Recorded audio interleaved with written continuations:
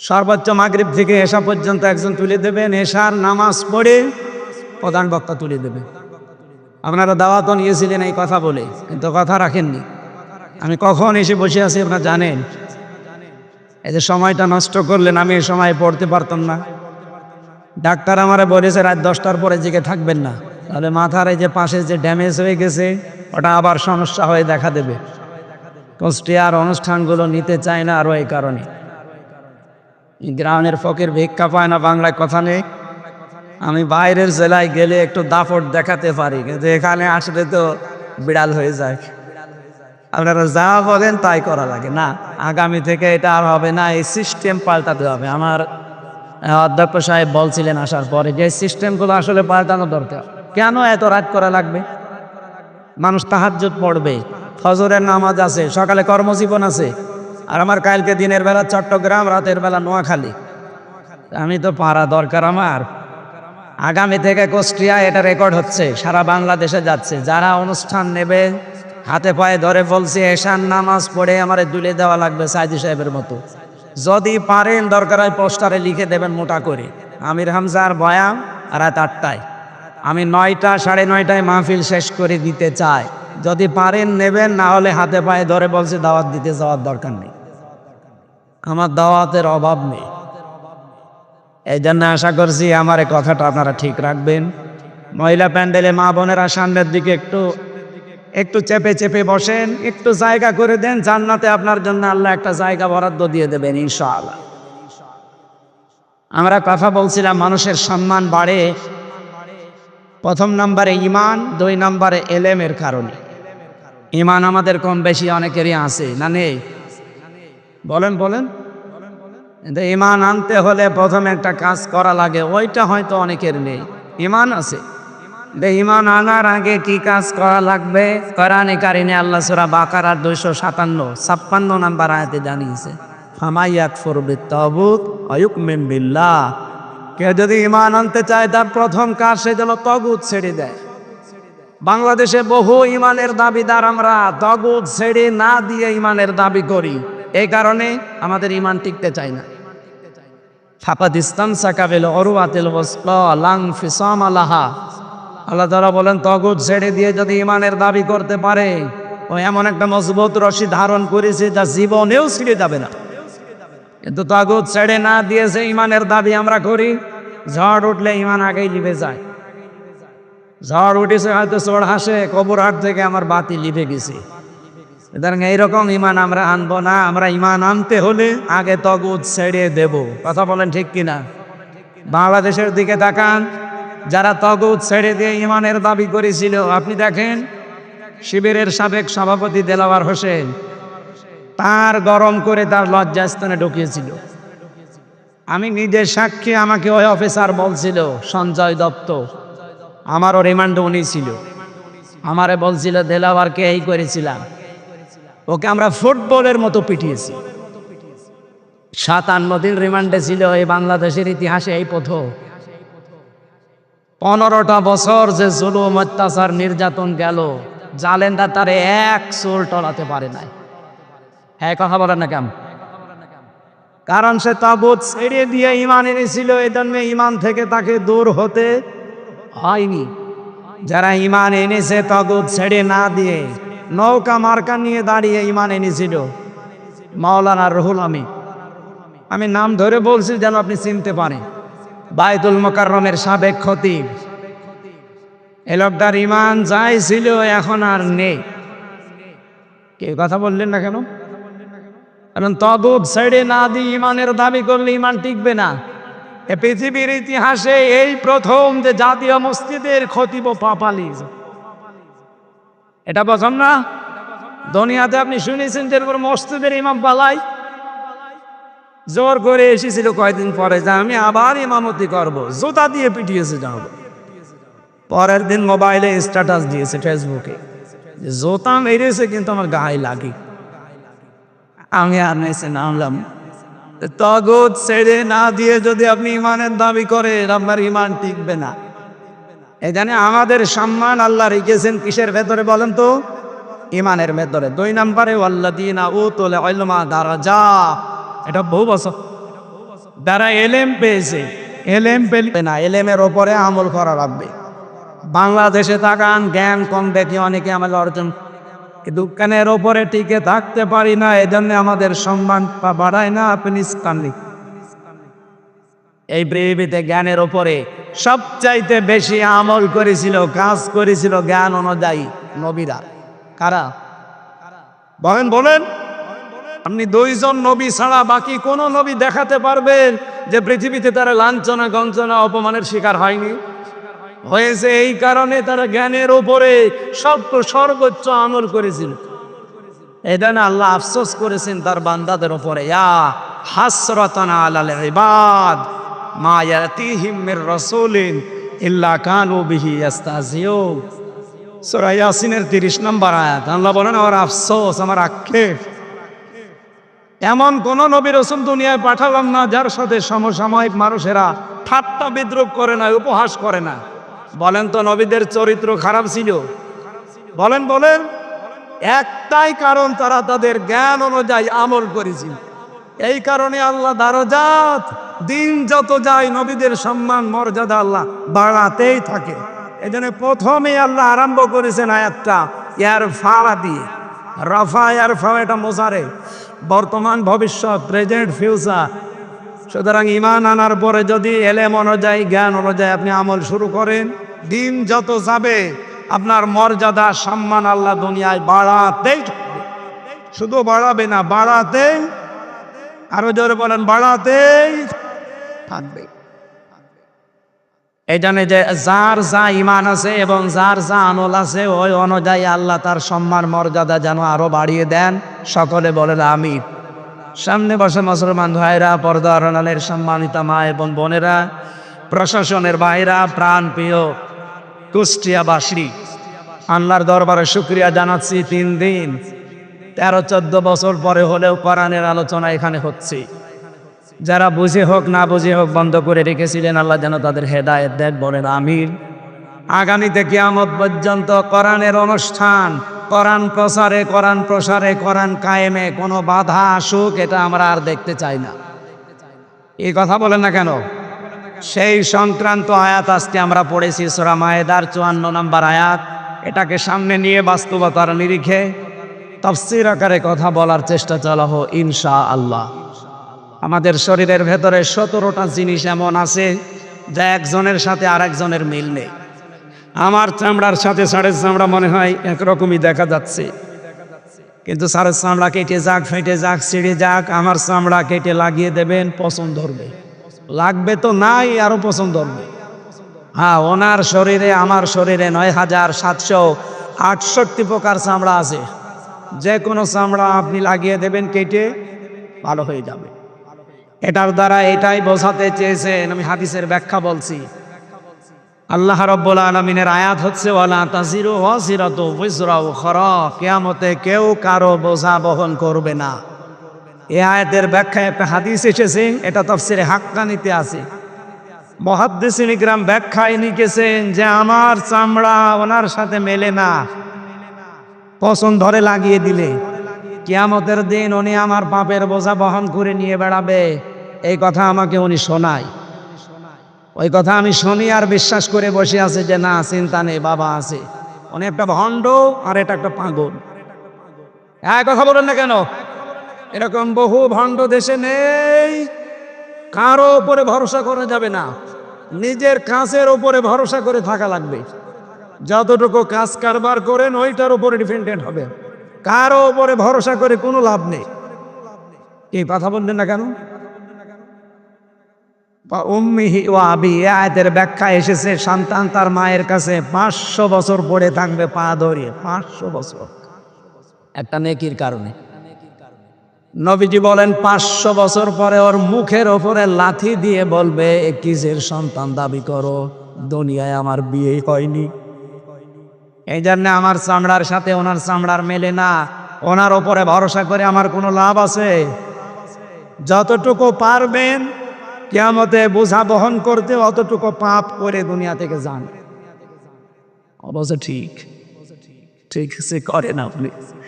আপনি যতটুকু সহ্য করতে পারবেন, মাথার উপরে বোঝা, পাপের বোঝা, ততটুকু করবেন। ঠিক আছে? এটা তো ঠিক আছে। আল্লাহ আমাদের এমন এমন কাজে আঞ্জাম দেওয়ার জন্য তৌফিক দেন, আমরা যেটা বহন করতে পারি ওই পরিমাণে ভালো কাজ আমরা করতে চাই। অন্যায়গুলো দুনিয়া থেকে আমরা মাফ করে নিতে চাই। বলেন আমি। আপনারা জানেন গতকাল পরশুদিন, আজকে তো 19 তারিখ, 18 তারিখে মনে হয় গতকাল, একজন নিরপরাধ মানুষের জন্য সারা বাংলাদেশে যেভাবে মানুষ রাস্তায় নেমেছিল, পৃথিবীর ইতিহাস তৈরি হয়ে গেছে। এই কথা বললেন না কারা? এটা কি টাকা পয়সা দিয়ে কেউ নিয়ে এসেছিল? না, কাউকে যাবার সময় 2 টাকা দেওয়া হয়নি, খাবারও দেওয়া হয়নি। এটা এসেছিল যারা রাস্তায়, সব এসেছিল ইমানের দাবিতে। 1500 বছর আগে হুদায়বিয়ার সন্ধির যে ঘটনা আসে, জন্মের পর থেকে আমরা শুনি। এখানে একটা শিক্ষা আছে। 1399 জন মানুষকে নবীজি শপথ বাক্য পাঠ করাচ্ছিলেন। গতকালকে বিকাল 3টা থেকে সারা বাংলাদেশের প্রতিটি জেলায় উপজেলায় যেভাবে শপথ বাক্য পাঠ করিয়েছে অনেকের দায়িত্বশীলেরা, এই সিস্টেমটা নবী 1500 বছর আগে তিনি করে দেখিয়েছেন। তারাও এরকম এটিএম আসহারুল ইসলামের মতো একজন মানুষকে, নিরপরাধ নির্দোষ, তাকে আটক করে হত্যার মিথ্যা কথা ছড়িয়ে দিয়েছিল। তার নাম ছিল হযরতে ওসমান ইবনে আফফান রাদিয়াল্লাহু তাআলা আনহু। নবীজি কথাটা শোনার পরে বললেন, আমার সাথে এখনো 1399 জন আছে। হুদায়বিয়া নামক যে জায়গাটা আমি হাত ফেলে দিলাম, তোমরা এই 1399 জন আমার হাতের ওপরে হাত লাগাও। সবাই হাত দিয়েছে। রব্বুল আলামিন সঙ্গে সঙ্গে জিবরাইলকে দিয়ে সূরা ফাতিহার 18 নম্বর আয়াতটা নাজিল করলেন ওই জায়গায়, লাকাদ রাদিয়াল্লাহু আনিল মুমিনিন। আল্লাহ পাক বলেন লাকাদ রাদিয়া। রাদিয়া দিলেও কিন্তু অর্থ হয়ে যেত, এর আগে লাকাদ দিয়েছেন কেন? মুফাসসির বলেন আল্লাহ পাক গ্যারান্টি দিয়ে জানিয়েছেন, আমি কিন্তু রাজি হয়ে গেছি, না রাজি হব। মাঝি এটা পাস্ট, অতীতের শব্দ। আল্লাহ গ্যারান্টি দিয়ে বলছেন আমি রাজি হয়ে গেছি। আনিল মুমিনিনা, এই যে মুমিনদের উপরে, ইদি ইউবাইউনাকা, যে মানুষগুলো আপনার হাতের উপরে হাত দিয়ে আজ বায়াত নিচ্ছে, শপথ পাঠ করছে, তাহতা শাজারাতিন, এই গাছের নিচে। ও গাছটা এখন হয়তো আর নেই, তার চারা থাকতে পারে। ওই সময় বাবলা গাছ একটা ছিল। এটা ইবনে কাসিরের বর্ণনা। মুফাসসির বলেন যখন 1399 জন 2টা ফরজ লঙ্ঘন করে একটা নিরপরাধ মানুষের মুক্তির জন্যে, প্রতিশোধ নেওয়ার জন্যে তারা হাতের ওপরে হাত দিয়েছিল, একটা রোজা ভেঙে ফেলেছে আর একটা হজের ইহরাম খুলে ফেলেছে। নবীজি বলেন পরে রোজা রেখে দেব, পরে হজ আবার করব।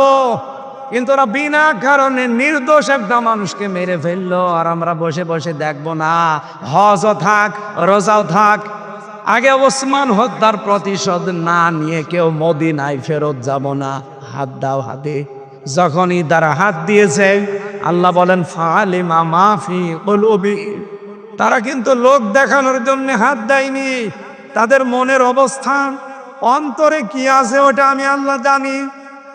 গতকাল সারা বাংলাদেশে এই নির্দোষ নিরপরাধ আজহারুল ইসলামের জন্য যারাই মুক্তির শপথ নিয়েছে, যারা হাতে হাত দিয়ে শপথ বাক্য পাঠ করেছে মুক্তি দেওয়া লাগবে, তাদের মনের খবরও আল্লাহ জানে। আরো জোরে বলে আল্লাহ পাক বলেন আমি 2টা জিনিস তাদেরকে দিয়েছি, ফানজালাস সাকিনাতা আলাইহিম, তাদের উপর আমার প্রশান্তি নাজিল করেছি। আপনি কালকে সারা দেশের দৃশ্য দেখে প্রশান্তি আল্লাহ নাজিল না করলে এই দৃশ্য তৈরি হওয়া সম্ভব না। কত মানুষ এরকম অনুষ্ঠান করতে গেলে হাজার হাজার কোটি টাকা খরচ কেউ পারত না।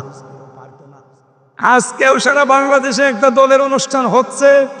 আমি আসার সময় কয়েকজনকে জিজ্ঞাসাও করছিলাম, দিনের বেলা একটা অনুষ্ঠানে যাচ্ছিলাম, ওখানে যাবার সময় একটা লোককে বললাম যে ভাই আপনারা এসেছেন আল্লাহর জন্যে। বলে কিসের হুজুর? আল্লাহর জন্য 300 টাকা পেয়েছি।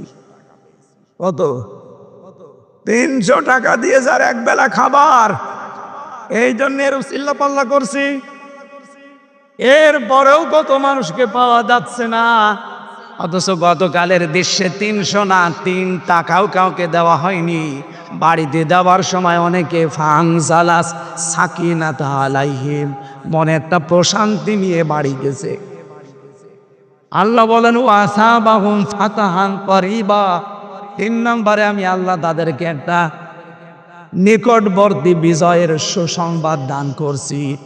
এই আয়াতটা পড়ার পরে, ব্যাখ্যা দেখার পরে আমার মনে হচ্ছে ওই সময় 1500 বছর আগে কাফেররা এ ঘোষণা যেই শুনেছে যে মুহাম্মাদুর রাসূলুল্লাহ সাল্লাল্লাহু আলাইহি সাল্লাম 1399 জনকে হাতে হাত দিয়ে শপথ বাক্য পাঠ করাচ্ছে, ওরা ভয়তে ওসমানকে ছেড়ে দিয়েছে।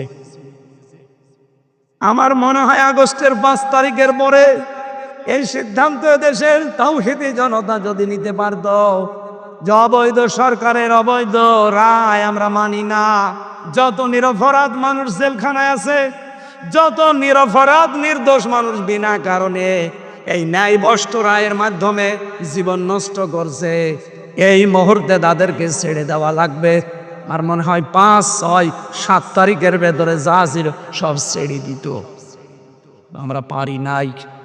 দেরি যখন হয়েছে আফসোস নেই, আমরা চাই অন্তত 13টা বছর লোকটা আছে এই অন্ধ প্রকোষ্ঠে, আমি 3 বছর তার সাথে ছিলাম। মানবতার জন্য লোকটার যে দরদ, ইসলামের জন্য আল্লাহর উপরে যে ভরসা তার আমি দেখেছি। এইরকম মানুষকে মিথ্যা সাক্ষীর মাধ্যমে একজন মানুষের হিংসার বশবর্তী হয়ে তাকে জীবনটা নষ্ট করা আর ঠিক হবে না। বলেন বলেন, দায়িত্বে যিনি আছেন 2 জন নবীর নাম তার ডক্টর মোহাম্মদ ইউনুস, একটা মোহাম্মদ আর একটা 2 নবীর নাম নিয়েছেন আপনি। আশা করব এদেশের মানুষের মনের কথাগুলো বুঝবেন। আল্লাহ বলেন ফাআলিমা মা ফি কুলুবিহিম, আমি কিন্তু জানি যে ওদের মনে এই কথা আছে কিনা। 1399 জন যখন হাতে হাত দিয়ে বাক্য পাঠ করছিল, এটা শুধু মুখের কথা না, এটা তাদের মনের কথা।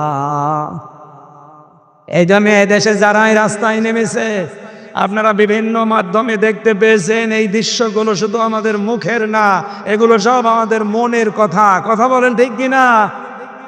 সুতরাং ওই সময় নবীজি বাম হাতটা উপরে তুলে দিলেন।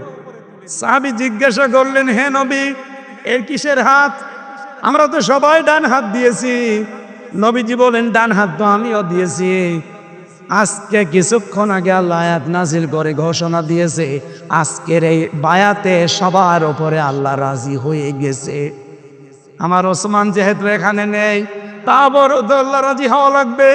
এজন্য আমি বাম হাতটা উপরে তুলে দিলাম, এইটা আমার ওসমানের হাত। আমি আয়াত থেকে শিক্ষা নিয়ে 100 ভাগ বিশ্বাস করে বলতে পারি, গতকাল এই নিরপরাধ মানুষটার জন্য সারা বাংলাদেশ, সারা বিশ্বের বিভিন্ন জায়গায় যারা শপথ পাঠ করে নিজের জীবন নিয়ে এসেছিলেন রাজপথে, আল্লাহর কসম আপনাদের সবার উপরে আল্লাহ রাজি হয়ে গেছে। কারণ আমরা লোক দেখানোর জন্য আসি নাই, মুখ থেকেও বলি না, এটা মনের কথা আমাদের। আমরা চাই তাকে মুক্তি দেওয়া হোক। কথা বলেন, আওয়াজ দেওয়া যাবেন ভাই। আগামীকাল তার রায় আছে। যারা দায়িত্বে আছে, লুৎফুজ্জামান বাবরকে যদি ছেড়ে দেওয়া হয়, আমরা চাই এটিএম আজহারুল ইসলামকেও ছেড়ে দেওয়া লাগবে। এটা রাজনীতি না, এটা আমাদের ইমানের দাবি। যদি রাজনীতি মনে করেন, হ্যাঁ এটা রাজনীতি। আমরা চাই না এই সমর যোদ্ধা, বিপ্লবের সৈনিক, বিপ্লবের কারণে এই দেশটা যেহেতু স্বাধীন হয়ে গেল, সে বিপ্লবের সৈনিক জেলখানায় থাকবে কোন কারণে? তিনি বিপ্লবের অগ্রনায়ক, সারাটা জীবন কাটিয়েছেন বিপ্লবের মাধ্যমে। কথা বলো না কেন? বিপ্লবের এই সূর্য সন্তান যদি জেলে থাকে, তাহলে বিপ্লব দরকার কি? আশা করছি অন্য যারা আছে বিনা কারণে নির্দোষ, মিথ্যা মামলা মিথ্যা সাক্ষীর কারণে সবাইকে মুক্ত বাতাসে ছেড়ে দেওয়া হোক। এটা আমরা চাই না। আমরা চাই এই কারণে ১৫০০ বছর আগে যদি নবী ওনাদের উপরে খুশি হয়ে যেতে পারে, আল্লাহ যদি খুশি হয়ে বলতে পারে আদুল্লাহি ফাওকা আইদিহিম, আজকে নবীর হাতে যারা হাত দিয়েছো তারা আমার হাতে হাত দিয়েছো। গতকাল যারা সারা বিশ্বে বিশেষ করে বাংলাদেশে এই নিরপরাধ মানুষের পক্ষে কথা বলেছেন মন থেকে, আল্লাহর কসম আল্লাহ আমাদেরকে একটা প্রশান্তি দিয়েছেন।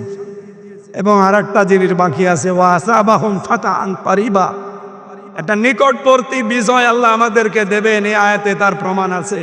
আল্লাহ যেন সেইটা আমাদেরকে দেখান, বলেন আমিন। সূরা মায়েদা ৫৫ নম্বর আয়াতের আগে একটা আয়াত পড়েছি, ৫৪ নম্বর আয়াতটা। আমরা চেষ্টা করবো এই আয়াত থেকে মূল কথাগুলো ডেলিভারি দেওয়ার। মায়েদা শব্দের শাব্দিক অর্থ দস্তরখানা। মায়েদা মানে কি? এ একটা আমল। যদি আপনার জরুরি হলে আপনি তো ঘুমাবেন, আমাদেরকে রাত জাগিয়ে আপনি ঘুমাবে। আমরাও সারের মতো করতে চাই আগামী থেকে। রাত ১০টার পরে ওনারে মোবাইল দিলে আমি আর পাই না। বাংলাদেশের বিভিন্ন জেলায় জেলা আমির, থানা সেক্রেটারি, জেলা সেক্রেটারি বলে একটু কথা বলবো দিন, 10টার পরে তো আর হয় না। এই জন্য আগামী থেকে আমরা ওনার নিয়ম ফলো করব। রাত 8টায় আমার তুলে দেওয়া লাগবে, যেখানেই নিন। এই রেকর্ড ভালো করে করো। কি রেকর্ড করো? এটা ছাড়বা কার্ড। সারা বাংলাদেশে যেখানে নিয়ে যান, এমনকি বাইরের দেশে যারা নিতে চান, আমার এশার নামাজ পড়ে তুলে দেওয়া লাগবে। যতটুকু বলি, 1 ঘন্টা বলি, 45 মিনিট বলি, আমি মূল কথা সামারাইজ করে বলে ফেলবো ইনশাআল্লাহ। আমি চাই আগামী বছর থেকে আমি যেন সর্বোচ্চ রাত 10টায় ঘুমাতে পারি। নাকি তলবেনি রাত 10:30টায়? আজকে যেহেতু নিজের জেলা বলে কিছু বললাম না। আর ইয়াসিন ওরে আমি কি যে করবো, বাড়ি যাই। ও আমার সাথে বললো কি আর করলো কি? আমি বললাম যে সর্বোচ্চ রাত 9টায় তুলে দেবেন। মায়েদা মানে দস্তরখানা। তামাম দুনিয়া আল্লাহ একটা দস্তরখানা বানিয়েছে। কথা বলে না কেউ? তামাম পৃথিবীটা একটা কি, সব জায়গায় খাবার ছড়িয়ে ছিটিয়ে আল্লাহ রেখেছেন। নবীজি আয়াতে একটা ব্যাখ্যা পড়েছি আমি, একটা হাদিস। বিশ্ব নবী তো বলেন, যারা খাবার খেতে কোনো খাবার পড়ে যায় দস্তরখানার উপরে, এরা যদি ওটা তুলে খেয়ে ফেলতে পারে, জান্নাতের হুরদের যে দেনমোহর আছে ওইটা আল্লাহ আদায় করে দেয়। জান্নাত পাবেন কিনা কোনো গ্যারান্টি নেই, কিন্তু দেনমোহর আদায় হয়ে যাচ্ছে হুরদের। সুতরাং এই কাজটা আমরা যেন আর সামনে না ছাড়ি। আয় কথা বলছেন? হ্যাঁ, বিয়ে করার কথা শুনলে আমরা সবাই রাজি আছি। এদেশের বহু মানুষ নামাজের 13টা ফরজ জানে না, বিয়ে করা ফরজ এটা জানে। এটা জানে না। সূরা মায়েদারে আমলটা আমি সহ যারা এসেছি, দস্তরখানা বিছিয়ে খাবার খাওয়া লাগবে। টেবিলে খান, কিছু পড়ে নেবে, কিছু পড়ে গেলে ওইটা তুলে খেয়ে, এই আমলটা যদি এখন থেকে চালু হয়, আমার আশা জান্নাত আল্লাহ দেবে। না তো হুর পাবো কোথায়? জান্নাতি যদি না দেয়, হুর নেই, হুর না হবে দেনমোহর কিসের? এই জন্য আশা করছে আমলের মাধ্যমে জান্নাত হবে, হুরও পাবো, দেনমোহর আদায় হবে ইনশা। আজকের তেলাওয়াতকৃত আয়াত 120টা আয়াত আছে এই সূরায়, মাত্র একটা আয়াত পড়েছি, 54 নম্বর আয়াত। আজকের আলোচনার বিষয় ফিরে আসা। কি বললাম? বলেন বলেন। রাব্বুল আলামিন ডাক দিয়েছেন এখানে ইমানদারকে। আমি যে ইমানের সংজ্ঞা বললাম, আপনারা কি বুঝেছেন? ইমানের দাবি করলেই কিন্তু হবে না। জাতীয় মসজিদের সাবেক খতিবেরও ইমান ছিল, দেলাওয়ার ভাই শফিকুল ইসলাম মাসুদ ভাই, এদেরও ইমান ছিল। কিন্তু একজনের ইমান উড়ে গেছে, আর একজনের ইমান বৃদ্ধি হয়েছে। কথা বলেন ঠিক কিনা? এখানে ইমান আনতে হলে আগে তাগুত ছেড়ে দেওয়া ইমান আনা লাগবে। আল্লাহ ওই রকম ইমান আনার তৌফিক দেন, বলেন আমিন। ডাক দিচ্ছেন আল্লাহ, ইয়া আইয়ুহাল্লাযীনা আমানু, ওহে যারা ইমানের দাবি করো, মাইয়ার দাদা মিনকুম, তোমাদের ভেতরে যে ব্যক্তি ফিরে যাবে, আন দীনিহি, আমার দিন থেকে, ইসলাম থেকে, কোরআন থেকে ফাসাফায়াতিল্লাহ, আল্লাহ বলেন অতি শীঘ্রই আমি তাদেরকে দেখাবো বিকৌমি ইউহিব্বুহু, এমন একটা জাতি তাদের উপরে আমি নিয়ে এসে দেব যারা আমি আল্লাহকে ভালোবাসি। ওয়ায়ুহিব্বুনাহু, আমি নিজেও তাদেরকে ভালোবাসি, তারাও আমাকে ভালোবাসে। আদিল্লাতিন আলাল মুমিনিনা ইজ্জাতিন আলাল কাফিরিন। আর এই সমস্ত মানুষগুলোর ভেতরে কয়েকটা গুণ পয়দা হবে। এক নম্বরে গুণাবলী পাওয়া যাবে, তারা নিজেদের ভেতরে, মুমিনদের ভেতরে থাকবে রহম দিল, কোমল হৃদয়ের অধিকারী।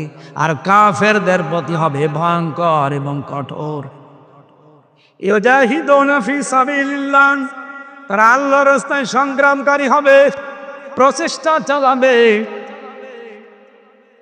ইউজাহিদুনা ফি সাবিলিল্লাহি ওয়ালা ইয়াখাফুন, তারা ভয় করবে না লাওমাতা লাইম, কোন তিরস্কারকারীর তিরস্কারকে। যালিকা ফাদলুল্লাহ, আল্লাহ কিন্তু এই গুণাগুণ কাউকে দেয় না, দেয় তাদের যাদের ওপরে আল্লাহর রহমত। যালিকা ফাদলুল্লাহ, এটা আল্লাহর দয়া অনুগ্রহ। ইউতিহি মাইয়াশা, আল্লাহ যাকে ইচ্ছা এটা তাকে দান করেন। আল্লাহু ওয়াসিউন আলিম, আল্লাহ প্রশস্ত এবং জ্ঞানী প্রাচুর্যময়। এটা বাংলা অর্থ ছিল। আমরা এবার তাফসিরে যাচ্ছি। প্রথমে আরম্ভ করছে ফি জিলালিল কোরআন দিয়ে। এই ওঠে কে গো? এই ছেলাই, ও এটা মুরব্বি, পেছল থেকে তো মনে হচ্ছে না। ঠিক আছে, মুরব্বি মানুষ চলে যায়, যাক। শুধু প্রসাব পায়খানা বাদ দিয়ে কেউ যাবেন না। খুব যদি নেশা লাগে বিড়ি খাওয়ার, খেয়ে চলে আসুন। আমাকে তাহলে মনে করতে পারেন তো তাহলে বিড়ি খাওয়া মনে হয়। আরে ভাই, আমি আকিজে চাকরি করি, আমি আকিজ গ্রুপের খদি। এখন ওই তার বিরুদ্ধে কথা বলা যাবে? আমার চাকরি থাকবে? যদিও আকিজে এখন আর বিড়ি নেই, ওনারা এটা বাদ দিয়ে খাবার বানাই। আমি অন্তত তাদের কাছে গিয়ে এইটা পরিবর্তনের চেষ্টা চালিয়েছিলাম সেই 19 সাল 20 সালে। আল্লাহ সফল করেছে। বারবার ওনাকে বলতাম যে স্যার, আপনাদের এটা বদনাম, আপনার বাবা এটা করেছে ঠিক আছে, কিন্তু এটা বাদ দিয়ে আপনারা খাবার তৈরি করে। ওনারা বিড়িটা আমেরিকার টোবাকোর কাছে প্রায় 12,000-এর উপরে কত টাকায় বেচেছে, বিক্রি করি ওইটা দিয়ে এখন খাবার তৈরি করি। প্রায় 65টা খাবারের ব্যবস্থা ওনাদের, 65টা প্রোডাক্ট তৈরি হয়, তার ভেতরে প্রায় 55টার উপরে খাবার। এই জন্য বিড়ি খাওয়ার পক্ষে তো কথা বলা যাচ্ছে না, বিশেষ করে খুলনা আর বরিশাল বিভাগে। এগুলো আমার চট্টগ্রাম সিলেটে সমস্যা না, ওই দেশের ইমাম মুয়াজ্জিন বিড়ি খায়, কিন্তু খুলনা বিভাগে বরিশাল বিভাগে একটু ঝামেলা আছে। আপনারা খুব বেশি নেশা লাগলে যান ভাই, বারবার তো নিষেধ করে পারা যায় না, কারণ এই এলাকার মানুষ বিড়ি খায়। এই সামনেই তো মনে হয় এরকম কিছু আছে, যাওয়ার সময় আসা যাওয়ার সময় দেখি লিখা আছে। যান, খেয়ে চলে আসেন, ওই একজন যাচ্ছে, তাড়াতাড়ি আসবেন। যান যান, না যান। আর প্রসাব পায়খানা বাদ দিয়ে অন্তত 15-20 মিনিট উঠবেন। আর উঠবেন কি? আর 15-20 মিনিট দেওয়া দেবে না? ঠিক আছে, এবার উঠাউঠি করলাম, মুনাজাত করে দেন।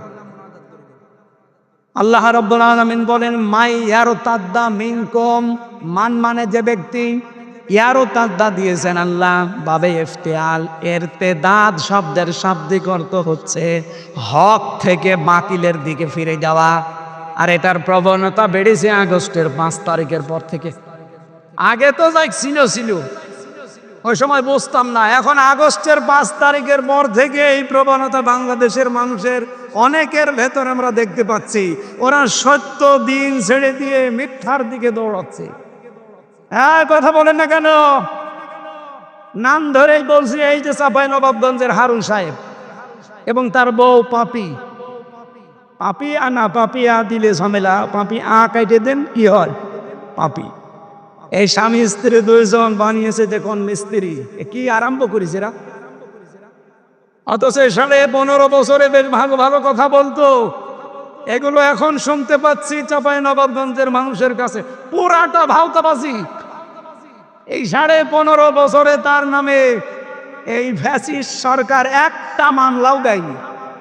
অবৈধ সংসদে এসে যে কত ভালো ভালো কথা আমাদেরকে শোনাতো, আপনি দেখেছেন? আগস্টের 5 তারিখের পর থেকে সবচাইতে বেশি একামতে দিনের বিরুদ্ধে, বিশেষ করে জামাত এর নাম নিয়ে যে বিষাদগারগুলো করছে। আপনি চাঁপাইনবাবগঞ্জের সাবেক মেয়র, আমি নাম নিলাম না, উনি আজকে ঘোষণা দিয়েছে এই হারুন সাহেব জীবনে 2 বার জেলে গেছে, দলের জন্যেও না, মানবতার জন্যেও না, ইসলামের জন্যেও না।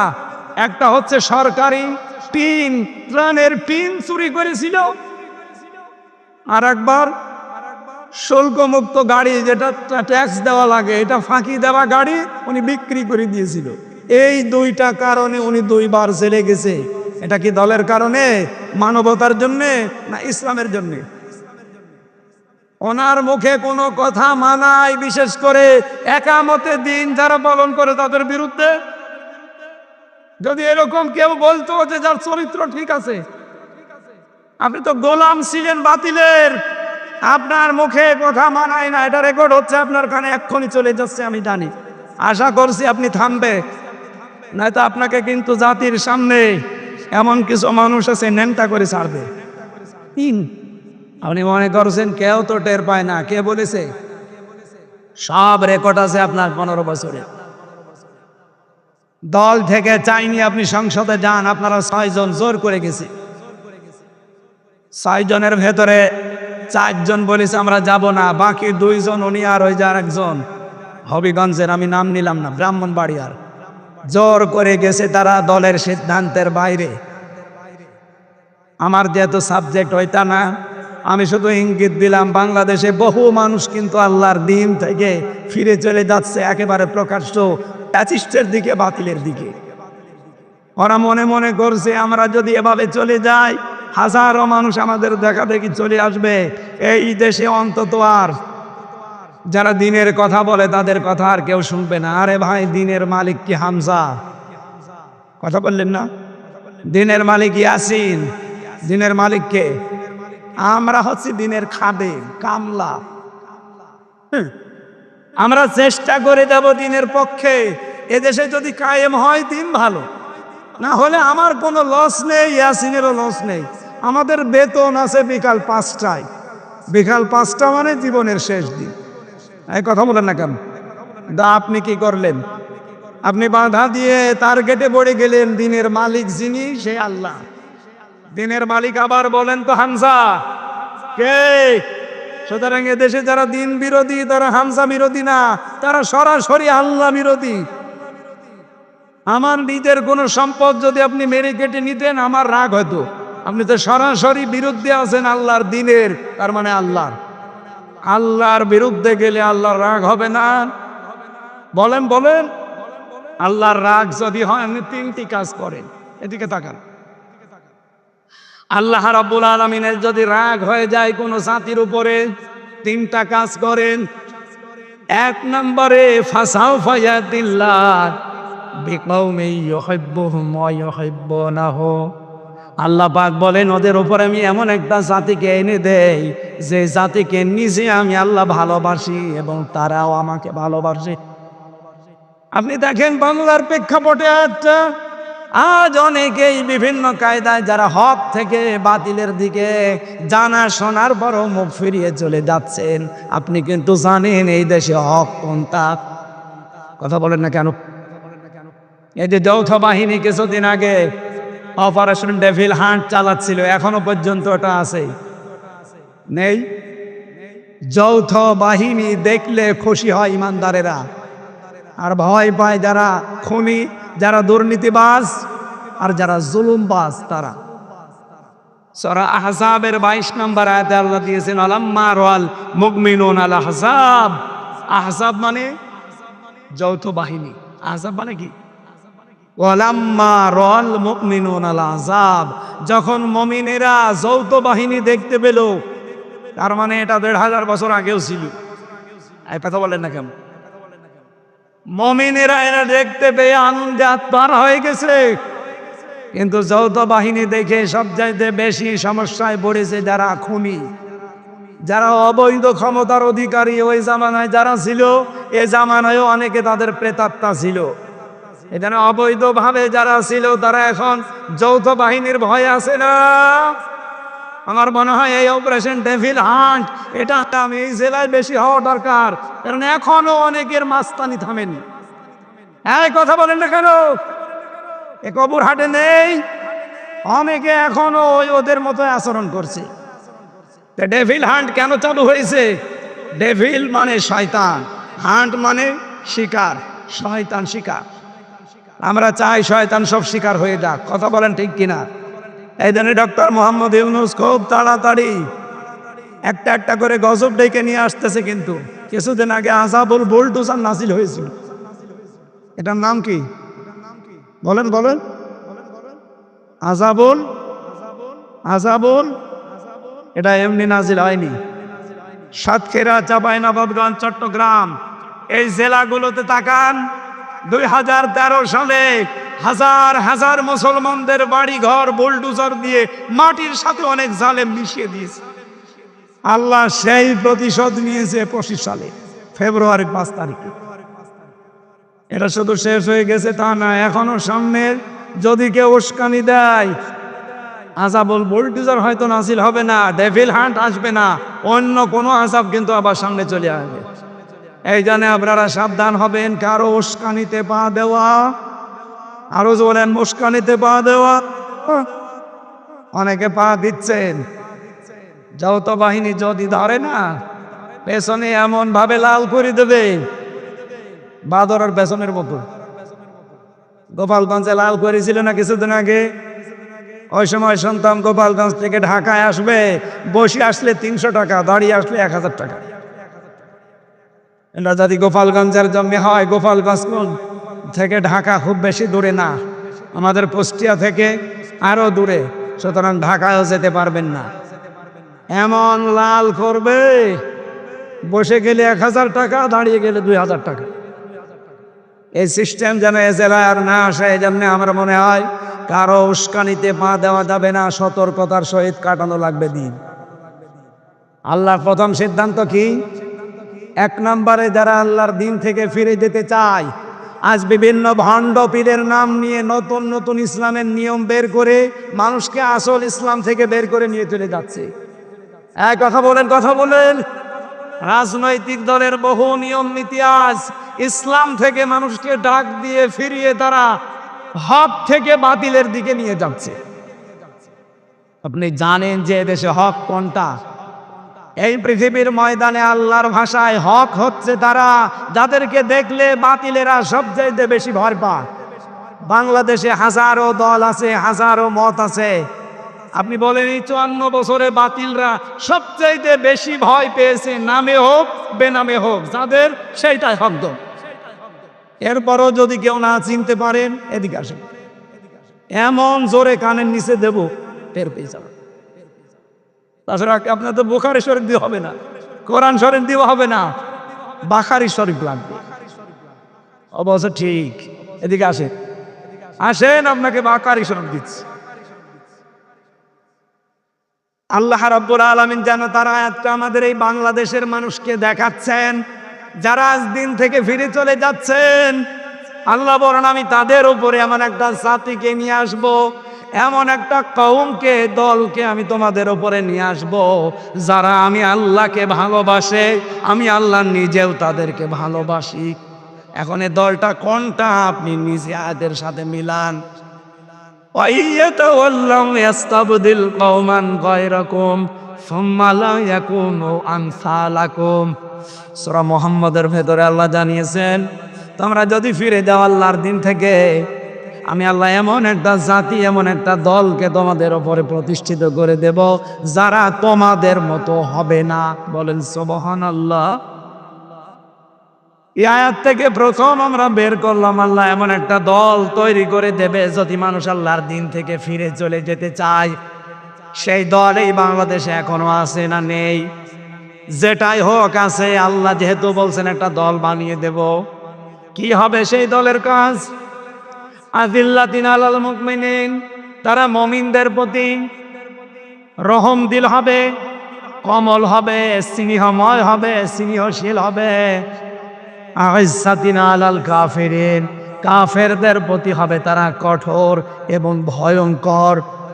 আমির জামাত ডক্টর শফিকুর রহমানের কালকের বক্তব্যটা এই আয়াতের প্রমাণ। তাই কথা বলেন না কেন?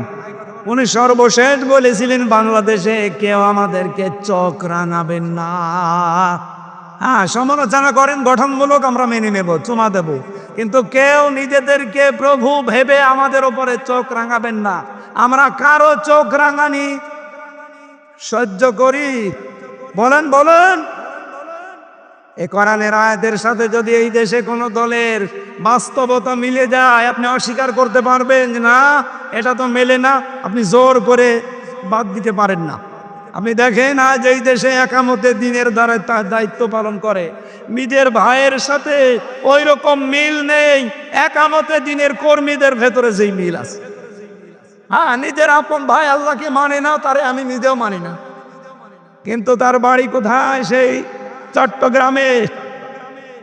এই লোকটা যেহেতু একামতে দিন প্রতিষ্ঠা করার আন্দোলনে আছে, সে আমার আপন ভাইয়ের চাইতেও আমার কাছে আপন। এই কথা পাবেন না কেন? আজিল্লাতিন আলাল মুমিনিন, মুমিনদের উপরে রহমদিল হওয়া লাগবে। এই গুণটা এখন সর্বত্র ছড়িয়ে দেওয়া লাগবে, কারণ মুহাম্মাদুর রাসূলুল্লাহ ওয়াল্লাযীনা মাআহু আশিদ্দাউ আলাল কুফফার রুহামাউ বাইনাহুম। মুহাম্মদ সাল্লাল্লাহু আলাইহি ওয়াসাল্লাম আল্লাহর রাসূল এবং তার উম্মত বলে যারা দাবি করবে, তার সঙ্গী সাথী যারা হবে, তাদের প্রথম গুণ হবে নিজেদের ভেতরে তারা রহমদিল, আর কাফেরদের প্রতি তারা কঠোর এবং ভয়ঙ্কর। কাফেরদের যত অনুষ্ঠান আছে সব অনুষ্ঠানের উপরে নারী পুরুষ কড়া হওয়া লাগবে, কঠোর হওয়া লাগবে। এই যে ফেব্রুয়ারি মাসের কয়েকদিন আগে যে দিবসটা গেল, কি নাম? বিশ্ব ভালোবাসা দিবস। এই মাইয়ার তাদ্দা মিনকুম এই শব্দের ব্যাখ্যায় আমি পড়েছি, ইরতেদাদ মানে পরিবর্তন করা, ইরতেদাদ মানে ফিরে যাওয়া, ইরতেদাদ মানে হক থেকে বাতিলের দিকে চলন্ত অবস্থায় চলে যাওয়া। সুতরাং আল্লাহর নামকে যারা পরিবর্তন করে দিয়েছে তাদের নিয়ে আসা দিবস এই 14 ফেব্রুয়ারি। শফিক রহমান, এই লোকটার নাম ছিল শফিক রহমান। ইংল্যান্ড থেকে এই বিশ্ব ভালোবাসা দিবস আমদানি করেছি। সাংবাদিকরা প্রশ্ন করছে, স্যার আপনার নাম তো শফিক রহমান, রেহমান করেন কেন? উনি বলছে, দেখো রহমানের ভেতরে মৌলবাদের গন্ধ পাওয়া যায়, এই জন্য আমার নাম আমি কেটে পরিবর্তন করে পাল্টিয়ে রেহমান দিয়েছি। বাংলার মুসলমান আর রেকর্ড হচ্ছে, এটা সারা দেশে ছড়াই। সবাইকে বলছি, যেহেতু এবছরে আর নেই, সামনে বছর আবার আসবে। যেই লোকটা আমাদের আল্লাহর নাম পরিবর্তন করে রহমান থেকে রেহমান করতে পারে, তার নিয়ে আসা দিবস আগামীতে কোন মুসলমানের ছেলে মেয়েরা পালন করতে পারে? আরো জোরে বলেন, পারে না? ইসলামে 2টা দিবসের বাইরে কোনো দিবস নেই। কি? ঈদুল আজহা, ঈদুল ফিতরের বাইরে কোনো দিবস আছে? কিসের প্রত্যাবর্তন দিবস, কিসের জন্ম দিবস, কিসের মৃত্যু দিবস? কোনো দিবস নেই। ঈদুল আজহা, ঈদুল ফিতর, শেষ। বাইরে যদি কোনো দিবস কেউ নতুন করে বানিয়ে পালন করে, ও যেন আল্লাহর রাসূলের চাইতে বেশি বোঝে। সুতরাং আগামী থেকে কোনো মৃত্যু দিবস পালনে দেশে আর হবে না। যদি মুসলমান নবীর উম্মত দাবি করে থাকে, কোনো জন্ম দিবস পালন আর কোনো প্রত্যাবর্তন দিবস পালন আর বলেন বলেন কোনো দিবস নেই। দিবস পালন করলে আমি কত দিবস পালন করতে পারতাম আপনি জানেন? আমার জন্ম দিবস, মৃত্যু দিবস, জেল খাটা দিবস, জেল থেকে বের হওয়া দিবস, জেলে যাওয়া দিবস, বিয়ে করা দিবস, বিয়ে যেদিন হয়েছে ওই দিবস, বিয়ে খাওয়া দিবস, কত বিয়ে খেলাম, তাহলে বিয়ে খাওয়া দিবস পালন করলে প্রতিদিন পালন করা যাবে। কোন দিবস আজকে থেকে আর নেই। ইসলামে যেটা নেই ওটা আমার বাবা মানালেও আমি মানি। আরো জোরে বলেন, মানি। এই জন্য আগামী থেকে রাসূলের উম্মত যেহেতু আমরা দাবি করছি, আল্লাহ আমাদেরকে একটা জিনিস দেখাতে চাচ্ছেন, সেটা এমন একটা দল আল্লাহর সামনে তৈরি করে দিতে চান। কারণ এদেশে অনেক মানুষ এখন ইসলাম থেকে মুখ ফিরিয়ে বুঝে হোক না বুঝে হোক নিচ্ছে, সে ধর্মীয় কায়দায় হোক আর জেনারেল কায়দায় হোক। এই কথা বলেন না কেন? আর আল্লাহ এরকম পরিস্থিতিতে যেহেতু কয়েকটা সিদ্ধান্ত নেন, তার ভেতরে 1 নম্বরে তিনি একটা দল বানিয়ে দেন। সেই দলকে আল্লাহ বলেন আমি বিজয় করব। কাতাবাল্লাহু লা আগলিবান্না আনা ওয়া রুসুলি, আমি আল্লাহ লিখে দিলাম, লামে তাকিদ নুনে সাকিলা, অবশ্যই আমি আল্লাহ এবং আমার রাসূলের সাথে যারা আছে তারা বিজয়ী হবেই। এই আয়াতটা আমরা সামনে বাস্তব অবস্থায় দেখতে চাই কিনা? আরো জোরে বলেন চাই কিনা? আল্লাহ যেন চর্ম চোখে আমাদের দেখায় যে আল্লাহর দল এদেশে বিজয় হয়ে গেছে। আরো জোরে বলে, আল্লাহর দল কারা? যারা তিনটা কাজ করে। কয়টা? আপনি এবার দেখেন, এই দেশে এখন ৭২টার উপরে দল আছে, ৪৮টাই নিবন্ধিত দল। আমাদেরটাও ছিল, সেটা মিলে ৪৯টা, কিন্তু জালেমরা নিবন্ধনটা বন্ধ করে দিয়েছে। আমরা চাই এটা অতি শীঘ্রই ফেরত দেওয়া। এই কথা বলেন না কেন? জালেমদের কোন চিহ্ন যদি এ দেশে না থাকে, সবই তো বিদায় নিচ্ছে। ৩২ বিদায় নিয়েছে, টঙ্গিপাড়াও বিদায় নিতে পারে। কথা বলেন না কেন? জালেমদের কোন দৃশ্য এই দেশে কেউ দেখতে চায় না। কি কথা বলেন না কেন? কেউ দেখতে চায়? সবাই বলছে কোন জালেমের দৃশ্য এই দেশে থাকবে না। সুতরাং জালেমের দেওয়া অবৈধ রায়ও এই দেশে থাকবে না। আমাদের নিবন্ধন, বিশেষ করে দাড়িপাল্লা ফেরত দেওয়াই লাগবে। কথা বলেন ঠিক কিনা? এটা শুধু আমি এই কয়েকজন মানুষের সামনে না, এটা রেকর্ড হচ্ছে না, 18 কোটি মানুষের পক্ষ থেকে বলতে চাই, এই অবৈধ রায় বাদ দিয়ে আমাদের জায়েজ নিবন্ধন এটা ফিরিয়ে দাড়িপাল্লা ফেরত দেওয়া লাগবে। এই কথা বলেন না কেন? বলেন এটা চান কিনা? এই ন্যায় চান কারা দেখি? লিল্লাহে তাকবীর।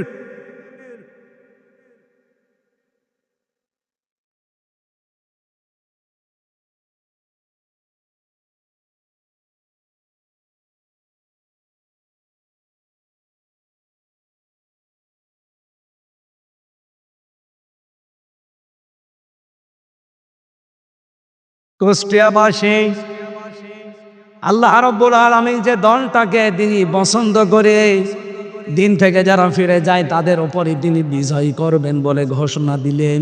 সেই দলের ভেতরে 3টা গুণ পাওয়া যাবে। আল্লাযীনা ইউকিমুনাস সালাতা ওয়া ইউতুনাজ যাকাতা ওয়া হুম রাকিউন। যারা নামাজ কায়েম করবে, সম্পদ থাকলে যাকাত আদায় করবে, রুকুকারীদের সাথে রুকু করবে, তার মানে জামাতবদ্ধ হয়ে নামাজ আদায় করবে। ওয়ামাইয়াতাওয়াল্লাল্লাহু ওয়া রাসূলুহু ওয়াল্লাযীনা আমানু, যে ব্যক্তি আল্লাহ, তার রাসূল এবং ঈমানদার, এই 3 গুণ বিশিষ্ট মানুষের দিকে ফিরে আসবে, এরা আল্লাহর সেরা বাহিনী। আল্লাহর, আরো জোরে বলেন আল্লাহর, আরো জোরে বলেন আল্লাহর। ফাইন্না হিজবাল্লাহি হুমুল গালিবুন, আল্লাহ পাক বলেন অবশ্যই আমি আল্লাহর দল বিজয়ী হবে। এই গ্যারান্টি কার? আল্লাহ কিন্তু ইন্না না দিলেও পারতেন। হিজবাল্লাহি হুমুল গালিবুন অর্ধ হয়ে যেত, ইন্না দিয়েছেন গ্যারান্টি দেওয়ার জন্য। সুতরাং আজকে থেকে আমরা যদি আল্লাহর দিকে, রাসূলের দিকে, আর ওই 3টা গুণ বিশিষ্ট ঈমানদারদের দিকে ফিরে আসতে পারি, আল্লাহর কসম এই দেশে ওই দল বিজয়ী হবে। এটা আমার কথা, আরো জোরে বলেন আমার কথা। আল্লাহর এই কথা আমরা সামনে দেখতে চাই না? তাহলে 3টা গুণ যাদের ভেতরে আছে তাদের সাথে আপনাকে থাকা লাগবে। যারা নামাজ কায়েমের আন্দোলন করে এই দেশে, এদেশে বললাম না কত দল, সব দল নামাজ কায়েমের আন্দোলন করে না। কথা বলেন না কেন? কারণ নামাজ কায়েম এটা ব্যক্তিগত বিষয় না, এটা রাষ্ট্রের দায়িত্ব। সূরা হজ ৪১ নম্বর আয়াত, আল্লাযীনা ইম্মাক্কান্নাহুম ফিল আরদ আকামুস সালাহ, যাদেরকে আমি জমিনে শাসন ক্ষমতা দেব।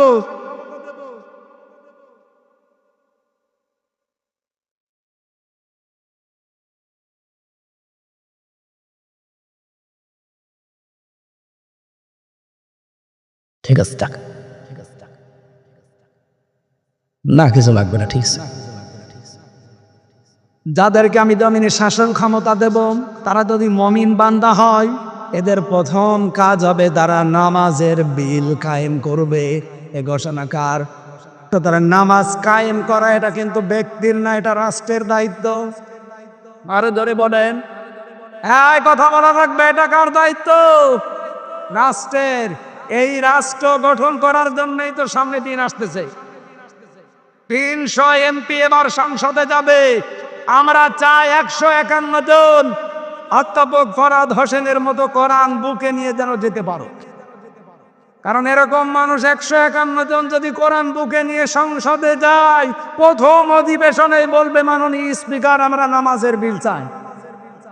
300 জনের ভেতরে এরকম 151 জন যদি হাত তুলতে পারে, পরের দিন নামাজ এই দেশে রাষ্ট্রীয়ভাবে কায়েম হয়ে যাবে। আপনি হয়তো ফরহাদ হোসেনকে একটা ভোট দিয়েছিলেন, ওই দিনের পরে 18 কোটি মানুষ নামাজ পড়বে। আপনার একটা ভোটের কারণে 18 কোটি মানুষ নামাজ পড়ছে। 18 কোটি মানুষের নামাজের সওয়াব আপনি একটা ভোট দেওয়ার কারণে পাবে। মাওলানা কতগুলো বসে আছেন জিজ্ঞাসা করেন তো, আমি যদি ব্যাখ্যা ভুল করি ধরিয়ে দিন। তাআওয়ানু আলাল বিররি ওয়াত তাকওয়া ওয়া তাআওয়ানু আলাল ইসমি ওয়াল উদওয়ান ওয়া লা তাআওয়ানু আলাল ইসমি ওয়াল উদওয়ান। ভালো কাজে ওকে অন্যকে সাহায্য করো, অন্যায় কাজে কেউ কাউকে সমর্থন যোগাবে না। এই আয়াত সামনে রেখে আমরা এমন এমন কাজে মাইয়াশফা শাফাআতান হাসানাতান ইয়াকুল্লাহু নাসিবুম মিনহা ওয়া মাইয়াশফা শাফাআতান সাজ্জিয়াতান ইয়াকুল্লাহু কিফলুম মিনহা ওয়া কানা আল্লাহু আলা কুল্লি শাইইন মুকিতা। সূরা নিসা 85 নম্বর আয়াত। কোন মানুষ যদি ভালো কাজ করে আর আপনি যদি সাহায্য করেন, ও ভালো কাজ করে যে সওয়াব পাবে, আপনি শুধু সাহায্য করে সওয়াব পাবেন। আমি ওনার নাম বললাম শুধু, এরকম মানুষ যদি কাউকে পান অবশ্যই তারে ভোট দেবেন, যেই লোকটা সংসদে কোরআন বুকে নিয়েছে নামাজের বিল কায়েম করবেন। এই কথা বলেন না কেন?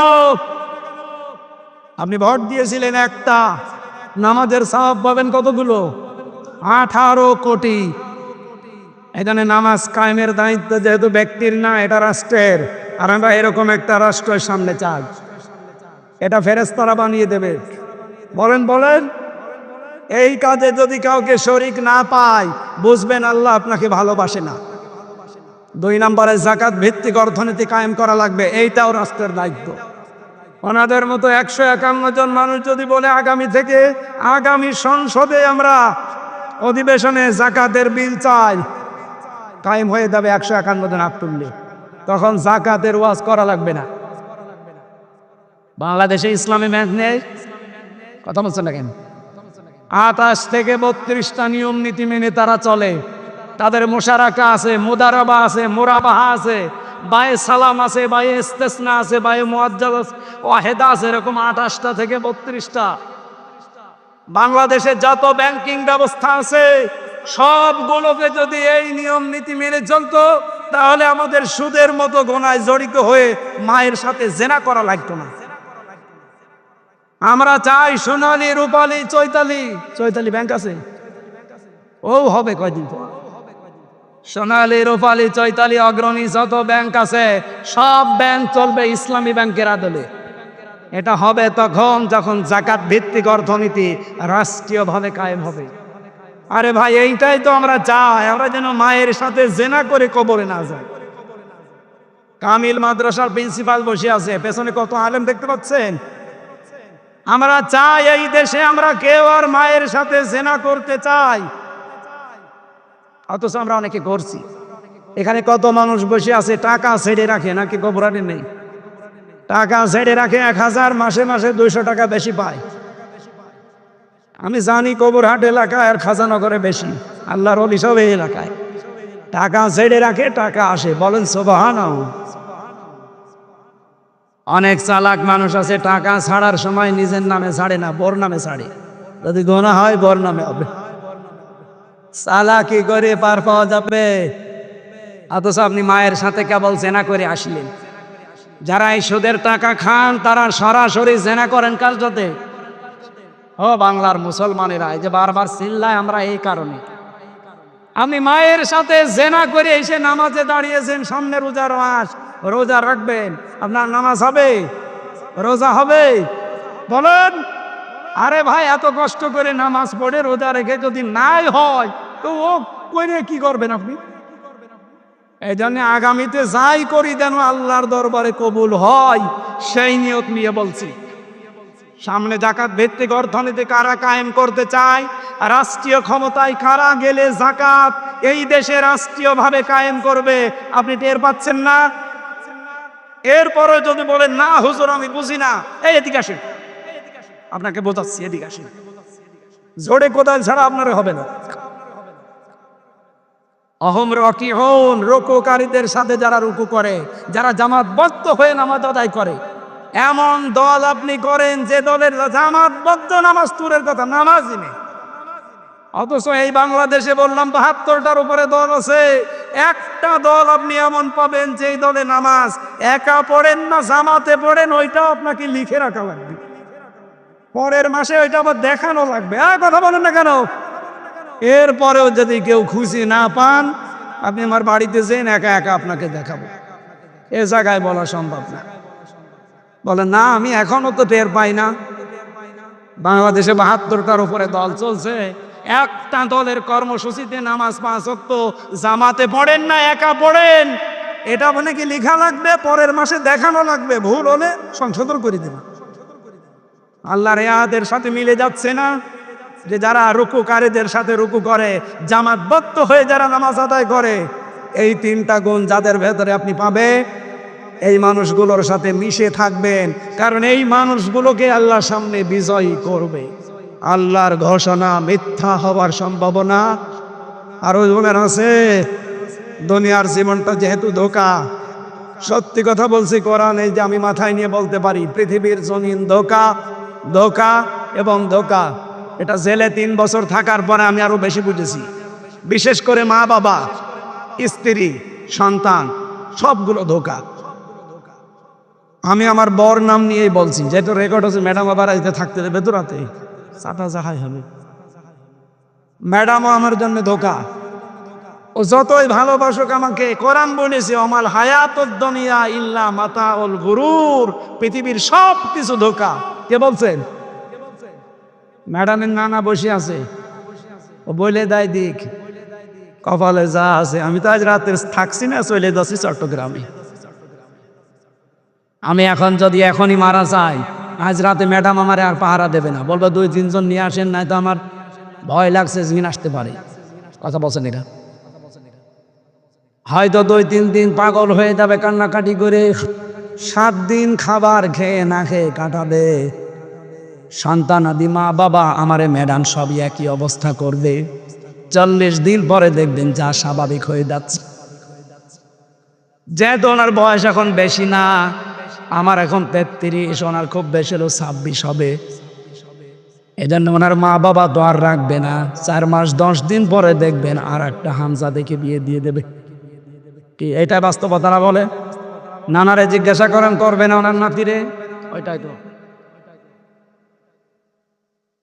খুব বেশি হলো ৫ থেকে ৭ দিন তার সাথে সংসার করার পরে এ নানার কাছে কল দিয়ে বলবে, নানা ভালোই করেছেন দিয়ে দিয়ে, এখন যার সাথে দিয়েছেন ও হামজার চাইতে ১০০ ভালো।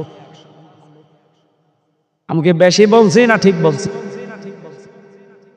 এইটা দুনিয়া ভাই, এইটার নাম দুনিয়া। সুতরাং কারো সুখের জন্যে, কারো হাসি খুশির জন্য, আনন্দের জন্য এমন কোনো কাজে হাত দেওয়া ঠিক না। বাবা শাহজালাল সব হালাল না। আপনি যতটুকু পাপের বোঝা বহন করতে পারেন অতটুকু পাপ করে যান। আমি প্রথমে এই শব্দ দিয়ে আরম্ভ করেছিলাম, যতটুকু পারেন ততটুকু কাজ করবেন। কারো সুখের জন্যে বাম হাতের ইনকাম করা ঠিক, এটা পাগলের কাজ। আমি জেলখানায় হাড়ে হাড়ে হাড়ে হাড়ে এটা টের পেয়েছি যে দুনিয়া পুরাটা ধোঁকা। আল্লাহ তুমি আমাকে এবং সবাইকে এটা ১০০ বোঝার তৌফিক দান করো, বলে না আমি। মা বোন যারা এসেছেন, যেহেতু আমার জেলা, এখানে যারা বসে আছেন, হয় বোন হবেন, চাচি হবেন, মা হবেন, ফুফু হবেন, এরকম কিছুই হবে নাই ভাবি, আপনাদেরকে আমি ভালোবাসি। আল্লাহর কসম, যদি মারা যাওয়ার সময় আপনার স্বামী বলে যে এটা আমার মন মতো ছিল বউ, আপনি জান্নাতি। কিন্তু আমি যা বাস্তবতা দেখছি, ১০০ জনের ৯৮ জন স্বামী তার বড় পরে নারাজ। কারা কারা নারাজ আছেন হাত তোলেন তো। একজন না, এলাকা ভালো আছে আলহামদুলিল্লাহ। সম্মানিত মা বোনেরা, এটা খুব খেয়াল করে থাকবেন। খাদিজাতুল কুবরা রাদিয়াল্লাহু তাআলা আনহা জীবনে এক ওয়াক্ত নামাজ পড়েননি, একবারও রোজা রাখেননি, একবারও হজ করেননি, একটা টাকা যাকাত দেননি, জীবনে কোনো দিন তিনি পর্দায়ও থাকেননি, কারণ এই বিধানগুলো সব তার ইন্তেকালের পরে নাজিল হয়েছে। অথচ আল্লাহ তাকে জান্নাতে ঘর বানিয়ে জিবরাইলকে দিয়ে সুসংবাদ পাঠিয়েছেন সালাম দিয়ে। একটাই কারণ, তিনি তার স্বামীর পেছনে শ্রম দিয়েছিলেন, সব উজাড় করে দিয়েছিলেন স্বামীর জন্য। আল্লাহ মেয়েদেরকে যেন খাদিজাতুল কুবরার মতো বানিয়ে দেন, বলেন আমিন। আরো জোরে বলেন আমিন।